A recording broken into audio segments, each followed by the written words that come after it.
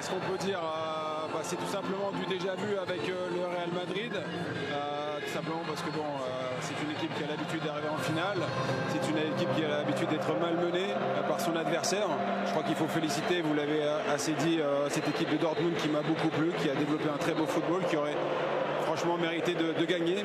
Mais en face, il y a une équipe qui s'appelle Madrid, qui a beaucoup d'expérience, qui sait ce que c'est faire le dos rond, accepter que son adversaire vous marche un petit peu dessus. On n'a pas vu un grand Real Madrid, mais à l'arrivée sur un coup de pied arrêté, Carvajal a su délivrer un peu cette finale et donner la victoire au Real Madrid. Donc voilà, c'est la force d'une équipe, c'est comme ça qu'on gagne aussi parfois. Et en tout cas, Ancelotti a fait du très bon travail. Je crois que la saison a été accomplie. Il ne faut pas oublier le parcours des joueurs madrilènes pour arriver jusqu'ici à Wembley. Il fallait battre City, il fallait battre le Bayern et aujourd'hui un coriace Dortmund. Donc bravo à tous les joueurs et on leur dit à l'année prochaine parce qu'à mon avis ils seront encore au rendez-vous. C'est une sacrée histoire, hein, que ce soit Carvajal qui marque ce but, Mourinho, Terzic, formé au Real, Carvajal, il est arrivé à l'âge de 10 ans. Ah, je croyais que vous disiez Terzic. Non, Carvajal qui est arrivé à l'âge de 10 ans, qui gagne ce soir sa 6e Ligue des Champions et qui a été titulaire lors des 6 finales de Ligue des Champions qu'il a gagné avec le Real. Ouais, elle est belle cette image, elle est très très belle. Mourinho qui prend un long moment pour consoler Terzic. Il a marqué des points. Je pense qu'il a dû quand même lui dire des jolis mots. Des jolis mots, parce que vu la performance de son équipe ce soir, je pense que Mourinho n'a pas été insensible. 24 buts cette saison pour Vinicius, c'est sa meilleure saison depuis qu'il est arrivé au Real Madrid et c'est encore un but pour lui en finale, parce qu'il y a 2 ans c'est lui qui avait marqué le seul but contre Liverpool. Il nous a fait une spéciale Mesut Ozil. Le petit piqué. Le petit piqué. Allez, regardez ces images, ces festivités qui vont se poursuivre bien sûr en ville.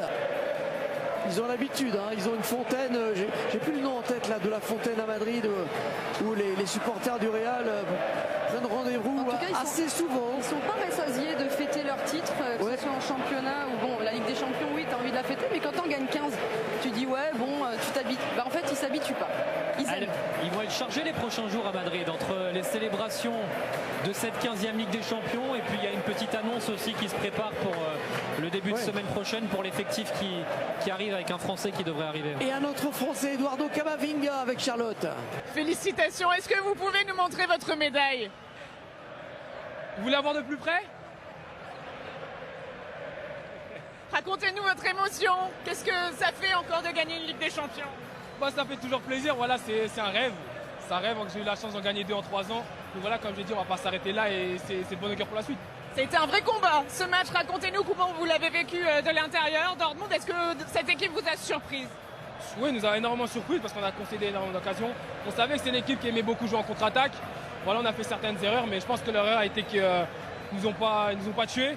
Et voilà, quand on nous tue pas, on revient vite. Qu'est-ce qu'il a de si spécial ce maillot? J'ai l'impression que quand on le met, tout devient particulier.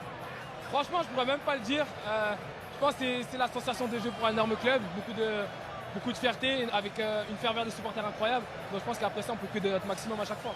C'est de bon augure personnellement pour la suite de cet été? Ouais, c'est sûr. Là, il y a l'Euro qui arrive. Mais voilà, d'abord, je veux qu'on va se focaliser sur la célébration. Et après, pour l'Euro, ça va arriver très vite. Merci beaucoup, félicitations. Allez, bravo Eduardo Camavinga. La Plaza de Cibeles, j'ai retrouvé le nom de la place où il fait ça, les Madrilènes. Non mais je suis contente de voir Eduardo Camavinga prendre encore plus d'ampleur parce qu'il en gagne 2, mais il n'a pas du tout le même statut aujourd'hui quand il la gagne. Et je pense que forcément, en ayant vécu les 2 situations, quand tu es titulaire et que tu as un impact un peu plus important, tu es quand même encore plus heureux de la gagner. Vous avez vu l'image avec les 3 Français, hein, Tchouaméni qui a rejoint ses coéquipiers, Mendy, pour fêter ça ensemble. Nacho, Bellingham, ils sont tous là, bien sûr, tout l'effectif est sur la pelouse pour fêter ce 15e titre de l'histoire du Real Madrid et surtout le 6e en 11 ans, c'est ça? Exactement, ouais. C'est assez incroyable. Impressionnant. Ils n'en finissent plus de fêter ce titre et Aurélien Tchouaméni est avec Charlotte. Super.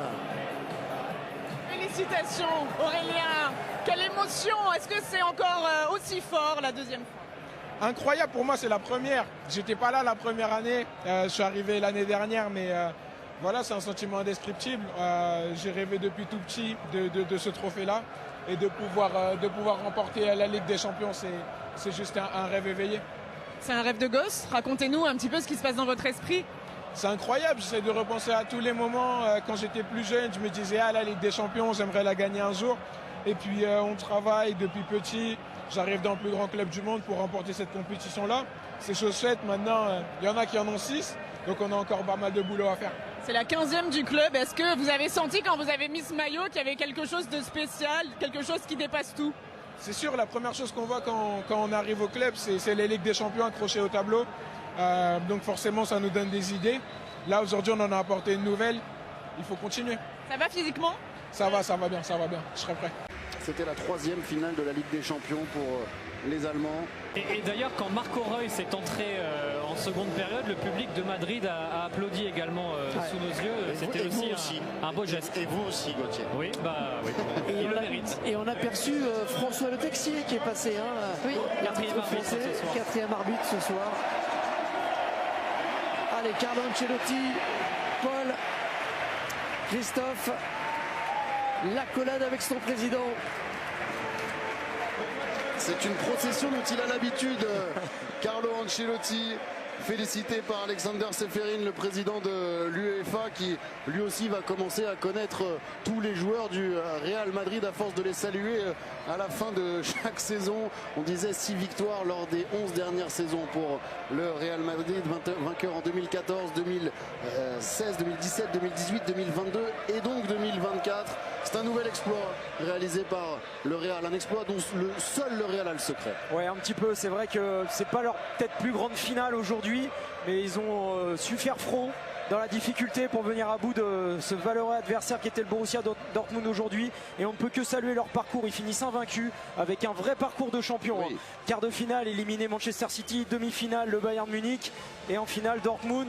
Voilà, ils n'ont pas eu que des adversaires de second plan, ils ont réussi à s'en sortir à chaque fois en étant invaincus. Chapeau pour ce Real. C'est pas toujours facile pour eux, on l'a dit, ils ont eu beaucoup de blessés, mais voilà, la force du groupe de Carlo Ancelotti a été au-dessus de tout et encore récompensé cette saison. 2e Ligue des Champions pour Eduardo Camavinga, la 6e pour Toni Kroos qui arrête sa carrière dans un mois et demi, le 14 juillet pour l'Allemand s'il va jusqu'au bout de l'Euro avec la Nationalmannschaft, mais qui en a fini avec le football de club sur une 5e Ligue des Champions avec le Real, une 6e dans sa carrière, tout comme Nacho, tout comme Modric, tout comme Carvajal, buteur. C'est la première pour Bellingham, c'est la première pour Tchouaméni. Également une grosse pensée pour Aurélien Tchouaméni. C'est savant mélange entre expérience et fraîcheur. Le Real qui, une fois de plus, triomphe aujourd'hui. Et cet homme aussi, grand artisan de la victoire du Real, Thibaut Courtois. Quel exploit quand même de revenir pour ses premières 2 minutes de Ligue des Champions et réaliser un match de cet aplomb. Franchement, il a été exceptionnel, il a maintenu le Real à flot. Chapeau bas, monsieur Courtois, une fois de plus en finale. Tchouaméni qui fait partie des vainqueurs, même s'il n'a pas joué la finale. C'est sa première Ligue des Champions à lui, la 2e, on l'a dit, pour Camavinga. Et pour Mendy aussi, la 2e. Et pour Mendy, la 2e, il va être content, Didier Deschamps. Il disait hier dans le CCC, je préfère que le Real gagne parce que je préfère récupérer 3 joueurs heureux. Il a 3 joueurs pas blessés, 3 joueurs heureux, effectivement. On peut appeler ça une saison remplie pour le Real Madrid.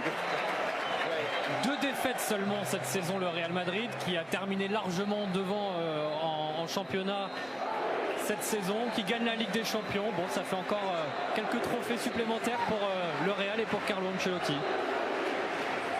Le sentiment du devoir accompli, là, pour les joueurs, après une saison pareille, pour l'entraîneur, pour le club, pour les supporters, c'est tous ensemble réunis. Bravo, bravo, chapeau.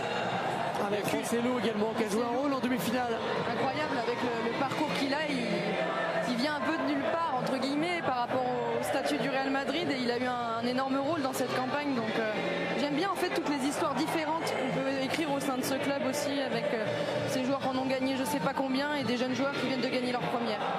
À chaque tour ou presque, on a eu une histoire différente au Real Madrid. Il y a eu Rossellou, Tchouaméni a joué en défense centrale, il a été bon. Rodrigo a été buteur quand il fallait. Vinicius l'a été Le encore retour une de fois Courtois. ce soir. Carvajal ce soir qui ne marque jamais, marque son deuxième but en Ligue des Champions 9 ans après son premier. Il y a toujours des histoires dans cette équipe et dans ce club. Robert Pires, vous êtes sur la pelouse, vous avez assisté à cette finale renversante, surprenante, même si elle se termine un petit peu comme elle se termine toute. Effectivement, Hervé, je suis bord pelouse. Le Real Madrid finit la campagne de Ligue des Champions étant invincible. Le Real Madrid remporte sa 15e LDC. Le Real Madrid remporte sa 6e LDC en 10 ans. Il faut le noter. 6 LDC en 10 ans, c'est vraiment énormissime. Cela est bienvenue dans cette vidéo. Dans cette vidéo, on va parler du Real Madrid, on va parler de la Maison Blanche, on va parler de la Casablanca. Mais avant de commencer, si tu me découvres à travers cette vidéo, ici on parle de foot. Ici, nous, on est passionné par le foot. Le foot, c'est c'est notre passion. Donc, si tu es intéressé par la thématique et surtout, si tu aimes ce genre de contenu, n'hésite pas à t'abonner, d'activer la cloche de notification pour ne rien manquer les prochaines vidéos qui vont arriver sur la chaîne. C'est pour ne partir à l'homme. Lorsque on a vu cette finale, Dortmund-Real Madrid, avant le match, on savait que le Real, ils vont étrier le Borussia Dortmund. Tout le monde savait que ça allait être une finale à sens unique. Sauf que Dortmund, ils ont dominé toute la première période et les 10 premières minutes de la seconde période. Et lorsque tu domines un match, tu n'arrives pas à concrétiser tes occasions, pour moi, il y a un problème. Pour moi, il y a clairement un problème. Lorsque tu domines un match et que derrière, tu n'arrives pas à concrétiser tes occasions, à un moment donné, tu vas payer cash. Tu vas le payer cash à un moment donné, les amis. Le football, tu dois concrétiser tes occasions. Lorsque j'ai vu comment Dortmund n'arrivait pas à mettre le but, à marquer des buts en première période, je savais que ce Real allait les tuer en seconde période. Un grand club comme le Real ne rate pas 2 mi-temps de suite. Le Real a raté sa première mi-temps. La deuxième mi-temps, j'étais très sûr que le Real allait réagir. Un grand club comme le Real Madrid ne rate pas 2 mi-temps de suite. C'est quasiment impossible. Dortmund devait au moins marquer 2 buts en seconde période s'il voulait espérer remporter la LDC. Parce que même à 1-0, pour moi, le Real devait toujours revenir. Puisque c'est une équipe qui a du caractère, c'est une équipe qui a de la personnalité. Même à 1-0, ce Real allait toujours revenir. Donc, il fallait marquer un maximum de buts possible en première période. Et lorsque tu as une équipe de Dortmund qui manque cruellement d'efficacité, puisque en termes de tirs, Dortmund et le Real, ils ont quasiment eu le même nombre de tirs. Ils ont quasiment eu le même nombre de tirs. C'est juste que Dortmund n'a pas concrétisé. La différence de ce soir, c'est fait au niveau de l'efficacité. C'est l'efficacité qui a fait la différence de ce soir. D'un côté, tu avais une équipe inefficace. De l'autre, tu avais une équipe chirurgicale. Chirurgicale, d'amis. Donc, le Real Madrid, c'est un très grand club. C'est un club qui est très complet, je trouve. Ils sont capables de subir, ils sont capables de faire le dos rond, ils sont capables de produire du jeu, ils sont capables de varier le jeu. Et en plus, ils ont du mental. Ils ont du mental. Combien d'équipes, les amis, combien d'équipes sont capables de résister à la pression et par la suite piquer au bon moment. Piquer au bon moment. Et ils le font année après année. Chaque saison, ils le font toujours. Ce Real-là, ils ont tellement un mental. Ils sont habitués à cette compétition. Ils savent comment gagner cette compétition. Ce n'est pas un hasard. Hein.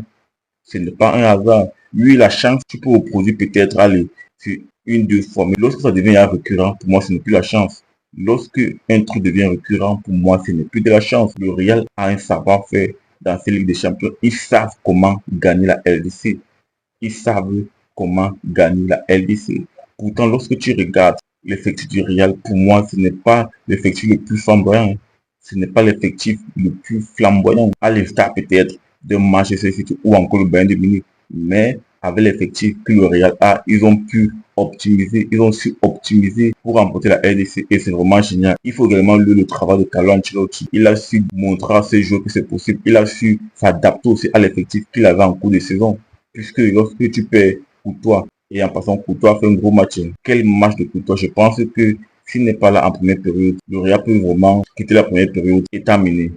c'est un grand courtois. Donc, tu n'as pas courtois quasiment les 3 quarts de la saison et tu réussis quand même, tu remportes le championnat et tu remportes la LDC. Chapeau Real Madrid, chapeau à Carlo Ancelotti. Après, partage-moi ton commentaire. Est-ce que tu penses que cette victoire est méritée? Est-ce que tu penses que le Real mérite sa LDC?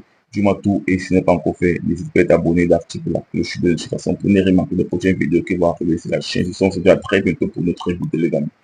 Ciao, ciao.